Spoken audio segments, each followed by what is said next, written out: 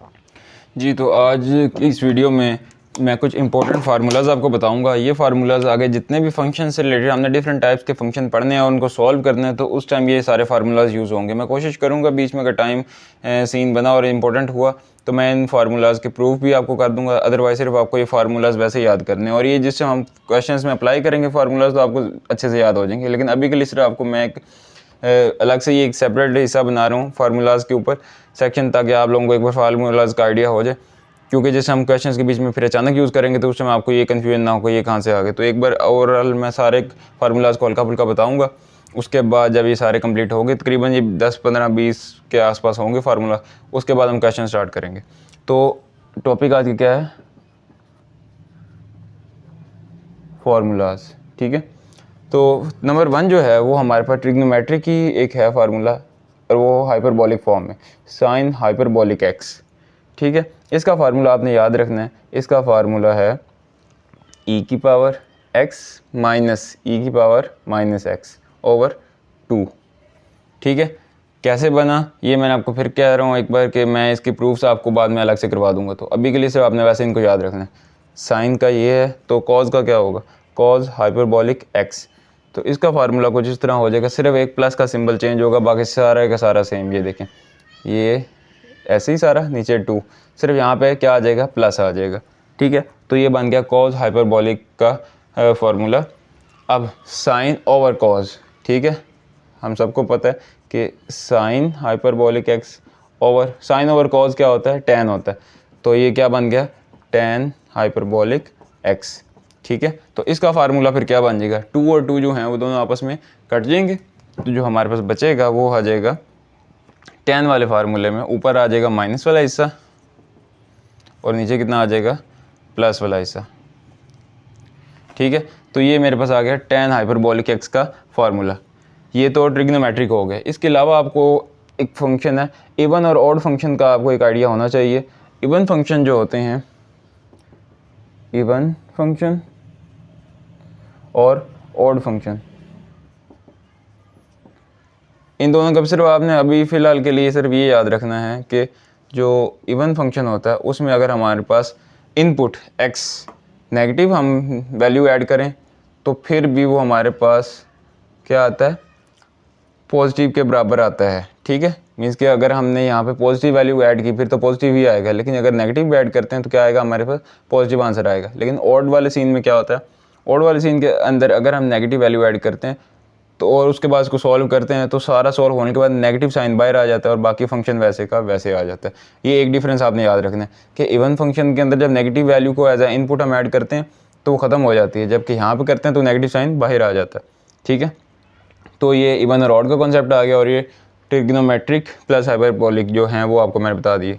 उसके बाद हमारे पास कुछ एरियाज़ के हिसाब से आता है, मीन्स के जो हमारे पास एक स्क्वायर होता है, फ़र्ज़ करें अगर ये एक मेरे पास स्क्वायर है, ठीक है, तो क्योंकि इसकी सारी साइड्स बराबर होती हैं, ठीक है, तो अगर हम इसका कहें कि पैरामीटर जो होता है, तो अगर क्योंकि इसकी सारी साइड्स होती हैं बराबर, तो अगर ये लेंथ x है तो इसकी सारा जो पैरामीटर बनेगा वो कितना होगा? 4x। ठीक है, ये एक स्क्वायर का पैरामीटर आ गया। इसी तरह अगर हम एरिया चेक करना चाहें, ठीक है, एक सर्कल का, अब सर्कल बल्कि एक स्क्वायर की बात कर लेते हैं। स्क्वायर का अब यहाँ से मैंने इसका पैरामीटर बता दिया। ठीक है, अब जो इसका एरिया होता है वो कितना होता है? एरिया होता है लंबाई ज़रब चौड़ाई। तो इस स्क्वायर की जो क्या होगी? एरिया होगा वो कितना हो जाएगा? X square. ठीक है, एक्स स्क्वायर हो जाएगा। ये लंबाई लेंथ क्रॉस लेंथ और क्रॉस विड्थ, या फिर मैं ऐसे लिख देता हूँ x क्रॉस x। ठीक है, तो वो हमारे पास क्या आ जाएगा? इसका एरिया आ जाएगा। इसमें यहाँ पे लिख देता हूँ। ठीक है, ये इधर लेंथ आ गई, ये क्या है? Area of the square. ठीक है, पैरामीटर इसका 4x बनता है, जबकि एरिया इसका क्या बनता है? X square. इस तरह सर्कल की अगर बात करें तो सर्कल का जो हमारे पास होता है एरिया, अगर मैं एक सर्कल की बात करूं तो सर्कल का जो एरिया होता है अंदर वो किसके इक्वल होता है? एरिया ऑफ सर्कल, वो हमारे पास होता है पाई आर का स्क्वायर। ठीक है, जबकि इसका जो सर्कमफ्रेंस होता है, मीन्स कि इसकी ये बाउंड्री की सारी लेंथ, ठीक है, तो वो कितनी होती है, सर्कमफेरेंस जो इसका होता है ऑफ सर्कल, वो कितना होता है 2πr। ठीक है, ये छोटी छोटी चीज़ें, इनमें से काफ़ी सारी चीज़ों का आपको पहले से आइडिया होगा, क्योंकि मैंने आगे इनको क्वेश्चंस में यूज़ करना है, तो आपको इसलिए मैं एक बार इजाफी बता रहा हूँ। तो इन चीज़ों की आपको समझ आ गई होगी कि सर्कमफेरेंस क्या होता है सर्कल का और एरिया क्या होता है। इसने स्क्वायर के लिए भी आपको बता दिया। और एक बार ये क्यूबिक का जो हमारे पास वॉल्यूम होता है क्यूब का, हाँ, वो देख लें कि अगर मैं आपको यहाँ डायग्राम बना के दिखाऊँ क्यूब किस तरह का दिखता है, तो क्यूब हमारे पास कुछ इस तरह का दिखता है।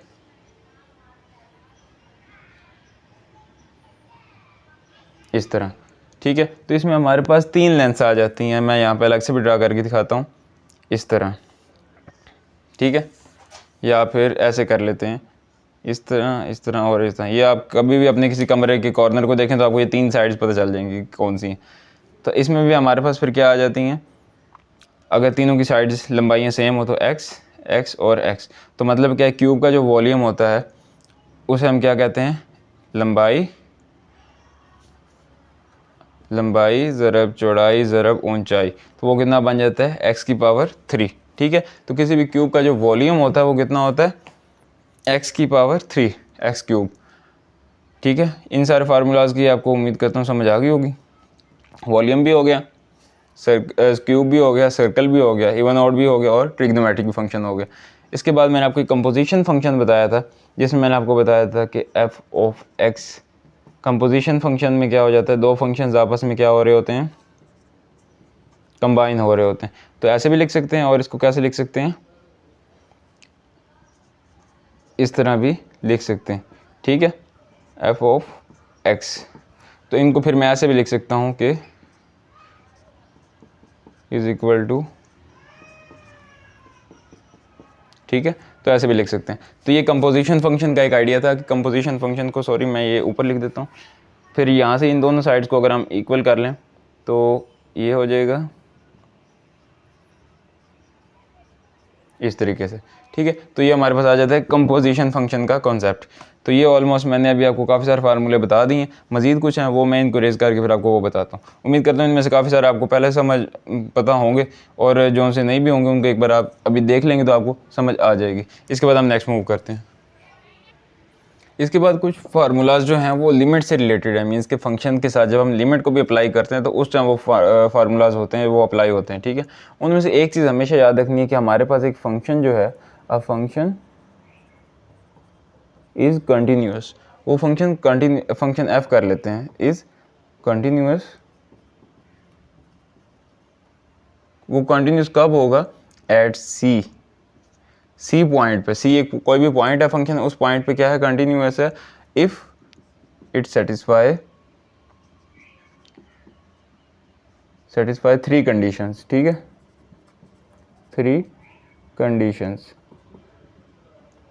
तो वो अब कंडीशंस क्या हैं वो हमने देखनी है कि अगर हमारे पास 3 कंडीशन सेटिस्फाई होती हैं तो हम क्या कहेंगे कि हमारा ये जो फंक्शन है ये सी पॉइंट पे सेटिस्फाई होगा। पहली कंडीशन क्या है कि वो जो सी एक पॉइंट हमने लिया है उस पर हमने देखना है कि फंक्शन हमारे पास क्या है, डिफाइंड है कि नहीं है। ठीक है, मीन्स कि अनडिफाइंड ना हो, उस पर हमारे पास फंक्शन की प्रॉपर एक पूरी वैल्यू आ रही हो। ठीक है, तो हमने पहला क्या चेक करना है कि उस पॉइंट सी पर हमारा फंक्शन डिफाइंड है या नहीं। सेकेंड हमने क्या चीज़ देखनी है कि हमारा जो फंक्शन है ये उस पॉइंट सी पर अगर एक्स लिमिट हम उस पॉइंट के हिसाब से लें तो हमारा फंक्शन जो है वो एग्जिस्ट करता है कि नहीं करता, ये हमने चेक करना है। ठीक है, एग्जिस्ट करना चाहिए, मीन्स कि हमारा जो फंक्शन है वो उस पॉइंट सी के ऊपर भी क्या होना चाहिए, डिफाइंड होना चाहिए। फिर जब हम उस लिमिट के उस पॉइंट के हिसाब से हम इसकी जब लिमिट लें तो वो एग्जिस्ट भी करनी चाहिए। और लास्ट कंडीशन क्या है, वो है हमारे पास कि हमारे पास जब हम लिमिट उस पॉइंट सी के हिसाब से लें इस फंक्शन की, ठीक है, तो हमारे पास जो वैल्यू आए वो वही आए जो हमारे पास तब आएगी जिससे हम उस फंक्शन को पॉइंट सी पर एज इट इज़ देखेंगे। मीन्स कि उसी पॉइंट के अकॉर्डिंग जब हम लिमिट लें और उसी पॉइंट पे जो उसकी वैल्यू पहले आई थी वो दोनों आपस में क्या हों, इक्वल हों। इसके जब क्वेश्चंस करेंगे तो आपको मज़ीद समझ आएगी, लेकिन फ़िलहाल के लिए आपको उम्मीद करता हूँ समझ आ रही होगी कि हमने क्या चेक करना है, function F is continuous at C. ये कब पता चलेगा, अगर ये सेटिस्फाई क्या करे, उस पॉइंट सी के ऊपर हमारे पास डिफाइन भी हो और जब हम सी की रिस्पेक्ट से इसकी लिमिट लें तो वो एग्जिस्ट करे, और वो जो एग्जिस्ट लिमिट कर रही है वो और इसकी जो वैल्यू वो आपस में क्या हो, इक्वल भी हों। ठीक है, तब हम क्या कहेंगे, हमारे ये फंक्शन है ये क्या है, कंटिन्यूस है। और इसी की दूसरी साइड हम क्या बात करेंगे कि ये डिसकंटिन्यूस कब होगा, डिसकंटिन्यूस होगा व्हेन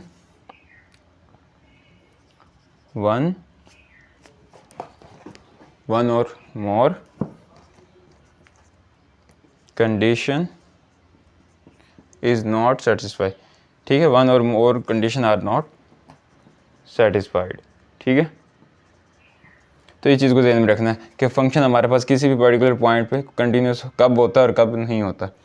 और लास्ट आपको एक और चीज़ मैं बताता हूँ कि अगर हमारे पास हमने लिमिट फंक्शन की कब एग्जिस्ट करती है, हम जब भी एक फंक्शन की लेफ़्ट हैंड लिमिट लें। ठीक है, लेफ़्ट हैंड लिमिट लें और उसके बाद हम उसकी राइट हैंड लिमिट लें। ठीक है, ये दो लिमिट हम चेक करें और अगर वो दोनों लिमिट्स आ जाएं बराबर, तो उस केस में हम क्या कहेंगे कि फंक्शन की जो लिमिट है वो क्या करती है, लिमिट एग्जिस्ट। ठीक है, तो उस केस में हम क्या कहेंगे कि हमारे पास लिमिट एग्जिस्ट करती है। ठीक है, तो ये दो कॉन्सेप्ट जो मैंने आपको लिमिट से रिलेटेड बताए, उम्मीद करता हूँ इनकी आपको समझ आ गई होगी। ठीक है, बाकी कुछ फार्मूलाज हैं वो फिर हम जिस हम क्वेश्चन को अप्लाई करेंगे उससे हम समझ आ जाएंगे आपको, जिस हम क्वेश्चन के साथ हम अप्लाई करेंगे। फिलहाल के लिए यही फार्मूलाज थे, कुछ मैंने वैसे बता दिए और ये सारे थे लिमिट वाले। ठीक है, नेक्स्ट हम मिलते हैं। अब एक और आपको मैं बता देता हूँ, वो हमारे पास एक ओवरऑल पूरी स्टेटमेंट है कि जब हम लिमिट लेते हैं किस फंक्शन की, 1 + x और उसकी पावर 1/n। ठीक है, और लिमिट किसको, x किसको यहाँ पे अप्रोच कर रहे हैं। ठीक है, वो अप्रोच करे अप्रोचेज टू 0। ठीक है, तो इस केस में हम क्या करेंगे, हमारे पास ये सारी की सारी स्टेटमेंट किसके इक्वल होगी, e के इक्वल होगी। ठीक है, इस चीज़ को भी आपने जहन में रखना है कि सारी हमारे पास e के इक्वल होगी। और सेम इसी तरीके से अगर हम लिमिट लें किस फंक्शन की, 1 + 1/n। ठीक है, और ऊपर पावर भी कितनी आ गई, n, और यहाँ पे जो x है वो किसको अप्रोच कर रहा हो, इन्फिनिटी को। तो इस केस में भी हमारे पास जो ये सारी स्टेटमेंट होगी ये ई को अप्रोच करेगी। ठीक है, ये कैसे, मैंने आपको फिर कहता हूँ कि ये सारी चीज़ों की मैं आपको प्रूफ है, ये इंशाल्लाह मैं ट्राई करूँगा कि आप लोगों को ये भी करवा दूँ। लेकिन फिलहाल वैसे ही ध्यान में रखें कि ये दोनों स्टेटमेंट्स एज इट इज़ जब सेटिस्फाई हो रही हैं तो हम डायरेक्ट उनकी जगह ई वैल्यू को यूज़ कर लेंगे। ठीक है, तो ये थे सारे कुछ फार्मूलाज जो मैंने सोचा था आपको पहले क्वेश्चन स्टार्ट करने से पहले बता दूँ, क्योंकि ये क्वेश्चन के बीच में यूज़ होंगे। ठीक है, तो मिलते हैं हम नेक्स्ट वीडियो में।